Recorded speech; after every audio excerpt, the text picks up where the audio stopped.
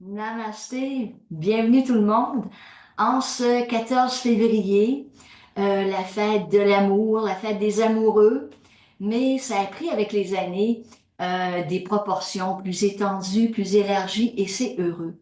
Parce que voyez-vous, ça comprend l'amitié, ça comprend tous ces beaux sentiments qui nous lient aux personnes qu'on aime. Et c'est heureux parce que justement, ça va dans la direction que le cosmos, que l'univers, que les humains tentent de mettre en place dans cette évolution des consciences individuelles et collectives à laquelle cette expérience humaine, à laquelle on participe tous. Et qu'on en soit plus ou moins conscient, on est dans ce processus et on a tous nos défis à relever pour amener cette harmonie sur une spirale ascendante et manifester. Cet âge de lumière, cet âge du Verseau, ce Satya Yuga, comme on dit en yoga, cet âge de vérité à laquelle, dans le fin fond de son âme, tous aspirent. On est là aujourd'hui pour continuer un petit peu ce volet sur euh, la puissance de nos pensées, cette force méconnue.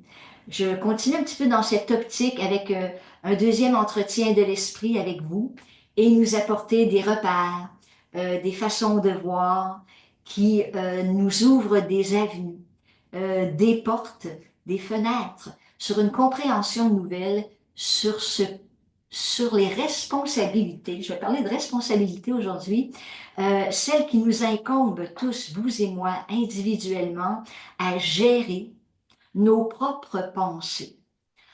Ah là, vous êtes en train de me dire, mais dans quoi Dany nous amène aujourd'hui? Eh bien, voyez-vous, revenons des choses très terre à terre. Et on va essayer de faire aujourd'hui quelques comparaisons qui sont pas tout à fait exactes l'une dans l'autre, mais vous allez voir que mon raisonnement s'applique bien ici.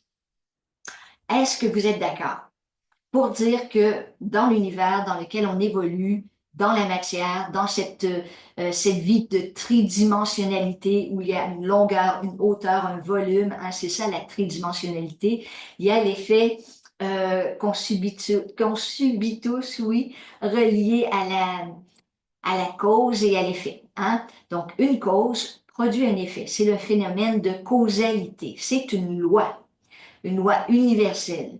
Hein? Newton a tiré une pomme en l'air et l'a vu retomber. Alors là, elle dit, il y a une loi, c'est la loi de la gravité.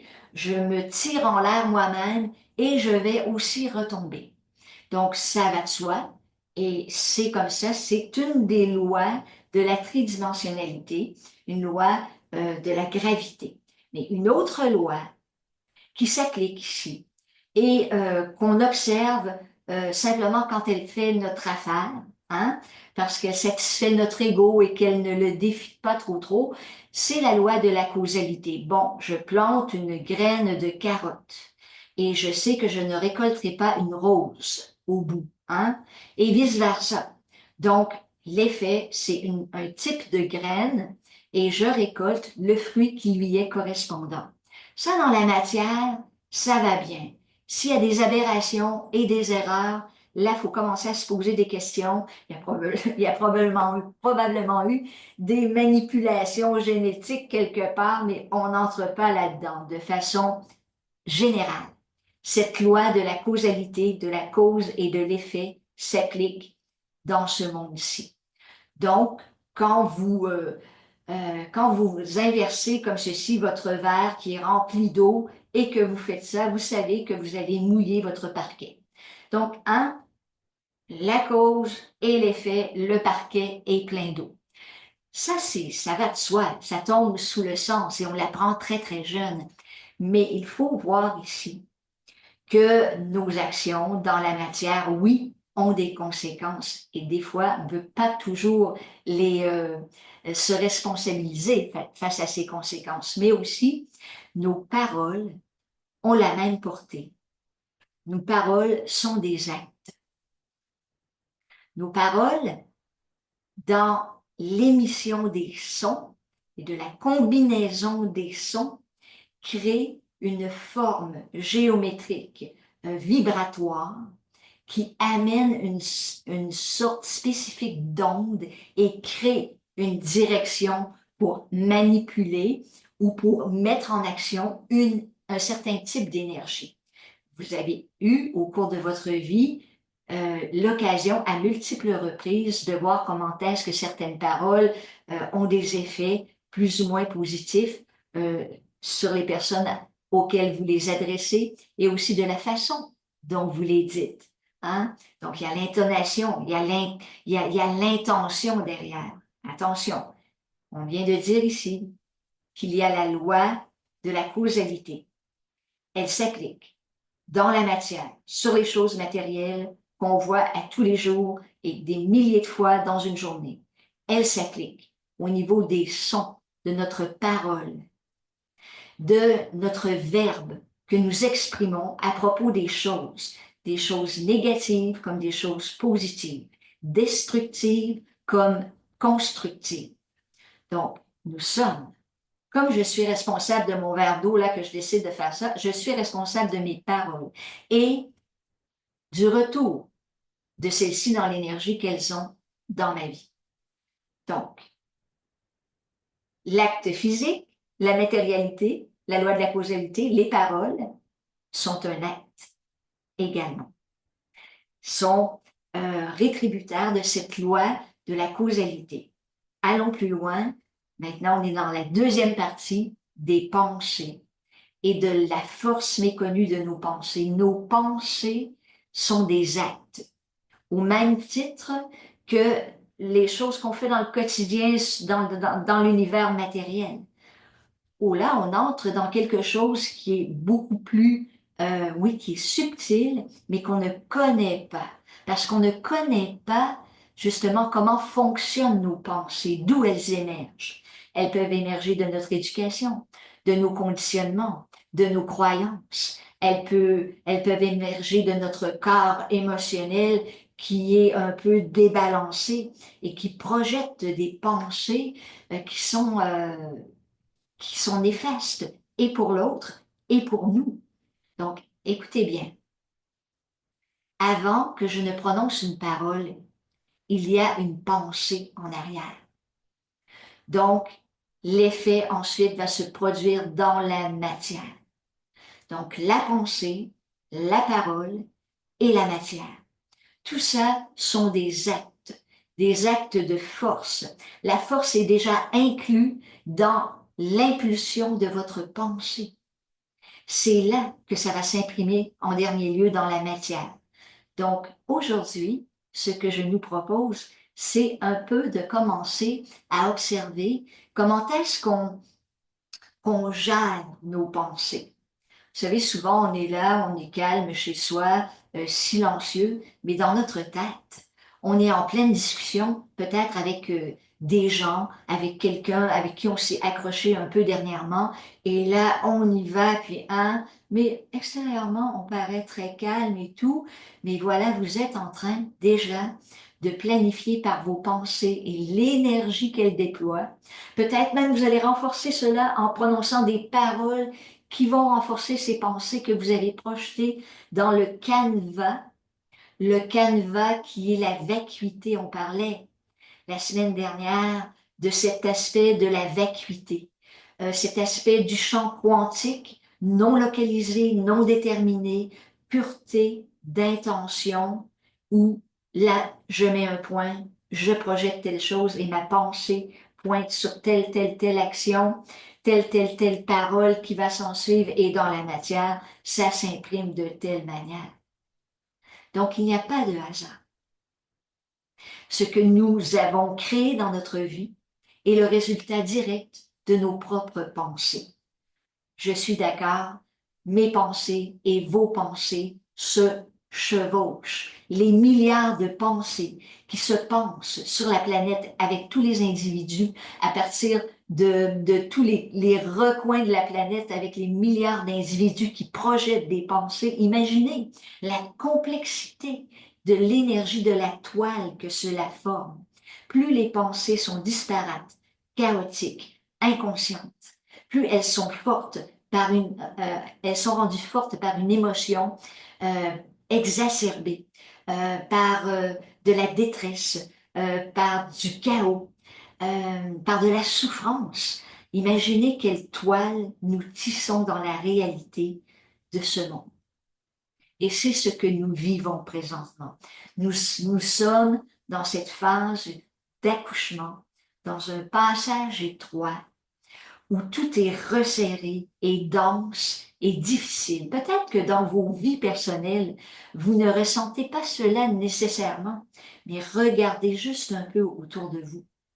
Ouvrez les yeux, parce que vous n'êtes pas seul. Nous faisons ensemble, avec les milliards d'individus sur la planète, une expérience commune, une expérience d'apprentissage de notre propre pouvoir divin. Nous sommes des co-créateurs avec l'être en tant qu'être, la source, l'esprit un, appelez-le comme vous voulez, mais nous sommes tous participants de cette action créatrice. Si nous ne connaissons pas la force de nos pensées et l'action qu'elles ont dans ce monde, outre notre propre petit monde, eh bien vraiment, nous avons beaucoup à apprendre. Et c'est la première investigation, c'est Vichara, regarder ses propres pensées, sa propre projection de pensée dans le monde. Et là, vous ferez vous-même vos constats par rapport à vos aspirations, par rapport à vos buts qui ne sont jamais atteints et qui sont toujours déçus, par rapport à des pensées où vous dites quelque chose de positif et oups, tout de suite après vous défaites. Il y a une pensée qui arrive avec un doute. Donc, vous ne créez pas jamais ce que vous voulez créer, mais nous sommes souvent en train de s'auto-saboter. Il faut devenir conscient de ces mécanismes. Et cette conscience commence par l'intériorité. Je nous donne un premier petit exercice cette semaine. Donc, je vous invite à vous installer dans votre fauteuil préféré chez vous, un moment en silence, quelques minutes, et regardez. Regardez les dizaines de pensées qui vont surgir dans votre tête à propos d'un problème ou de quelque chose là qui vous tracasse depuis quelque temps, une situation vécue, et là vous faites un scénario et vous en trouvez plusieurs possibilités, mais toujours pour que ce soit à votre avantage, bien sûr, mais cela, voilà, crée de la confusion et du chaos. Regardez toutes ces pensées qui tentent de trouver solution, mais en fait, qui projette ces pensées? C'est vous. Soyez conscient de votre pouvoir de créer ces pensées, de les continuer à s'entrechoquer, à se contredire, à s'auto-saboter, à s'auto-créer et se détruire tout de suite après. Revenez à la source d'une création que vous souhaitez, qui est une, vraie, unique, et c'est terminé. Qu'elle soit claire et limpide, et suivez cette direction. Donc, on se donne très prochainement, là, on se revoit très bientôt. On se donne comme petit exercice de s'asseoir et de regarder les pensées qui traversent notre esprit. Vous allez voir, c'est souvent récurrent à propos des mêmes sujets. C'est souvent des propos qu'on entretient semaine après semaine, année après année. Donc, quelque part, on est dans ce qu'on appelle dans la philosophie bouddhiste, dans le samsara. Le samsara, c'est tourner en rond. Et dans la philosophie hindoue, on appelle cela le grand jeu cosmique, ou on l'appelle Maya. On appelle cela également la loi du karma. Donc, on pose une action, il y a une causalité, cette action est causalité, il suit un effet, et là, on tourne dans cette suite de cause à effet et on n'en sort pas.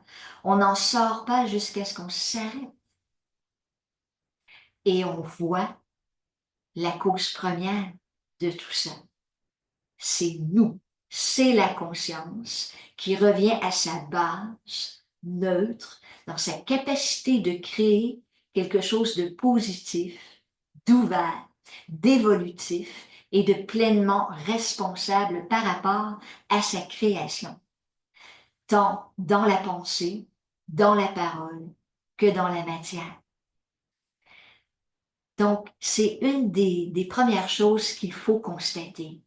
Cet âge-ci dans lequel on évolue, on est entré, cette ère du Verseau qui a commencé au début du 21e siècle avec la fin, entre autres, du calendrier Maya et de d'autres grandes traditions ésotériques et de civilisations anciennes qui nous disent sensiblement la même chose.